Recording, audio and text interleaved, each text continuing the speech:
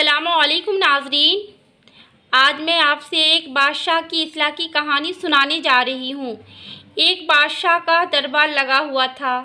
اسی دوران ایک آدمی ان کے محل کے اندر آیا اور دربار میں گھسنے کی کوشش کرنے لگا۔ اس کو دربانوں نے روکنا چاہا تو اس نے کہا، میں یہاں اپنا سامان رکھ کر کچھ دیر آرام کرنا چاہتا ہوں۔ دربانوں نے اس سے کہا، کیا تو بے وقوف ہے یا پاگل ہے؟ تجھے معلوم نہیں کہ یہ بادشاہ کا دربار ہے، محل ہے؟ اس نے کہا، دربار ہے، میں تو یہ سمجھتا ہوں یہ سرائے ہے، مسافر خانہ ہے، اس لیے میں کچھ دیر یہاں آرام کرنا چاہتا ہوں۔ یہ حجت و بحث ہو رہی تھی کہ بادشاہ کی نظر اس پر پڑ گئی۔ بادشاہ نے پوچھا کہ کیا بحث ہو رہی ہے؟ اس آدمی کو بلا کر لاؤ۔ اب اس آدمی کو پکڑ کر بادشاہ کے سامنے پیش کیا گیا اور بتایا گیا کہ یہ آدمی محل میں آرام کرنا چاہتا ہے اور کہتا ہے کہ یہ سرائے مسافر خانہ ہے۔ بادشاہ نے اس سے مخاطب ہو کر پوچھا کہ کیا قصہ ہے؟ تو اس آدمی نے کہا، یہ سرائے ہے، اس پر میرا بھی اتنا ہی حق ہے جیسا کہ آپ کا حق ہے۔ آپ یہاں رہ سکتے ہیں تو میں کیوں نہیں رہ سکتا؟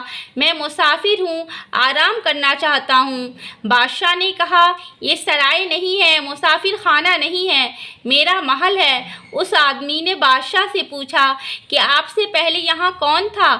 بادشاہ نے کہا، میرا باپ تھا۔ اس آدمی نے پھر پوچھا کہ ان سے پہلے کون تھا؟ بادشاہ نے کہا، میرا دادا تھا۔ اس نے پھر پوچھا، ان سے پہلے کون تھا؟ بادشاہ نے کہا، میرا پردادا تھا۔ یہ تو پیری در پیری ہمارے خاندان میں حکومت چلی آ رہی ہے۔ اس آدمی نے کہا کہ میں یہی تو کہنا چاہتا ہوں کہ کبھی تو یہاں آپ کا پردادا تھا، کبھی آپ کا دادا تھا، کبھی آپ کا باپ تھا، اب آپ ہیں، کل آپ بھی نہیں رہیں گے، کوئی اور اس جگہ آ جائے گا۔ کوئی آتا ہے تو کوئی جاتا ہے، اسی کا نام تو سرائے ہے، مسافر خانہ ہے۔ یہ کہہ کر وہ آدمی غائب ہو گیا۔ یہ دراصل اللہ کا فرشتہ تھا جو بادشاہ کی اصلاح کے لیے بھیجا گیا تھا۔ اب بادشاہ پریشان ہو گیا، اس کی باتوں پر غور کرنے لگا۔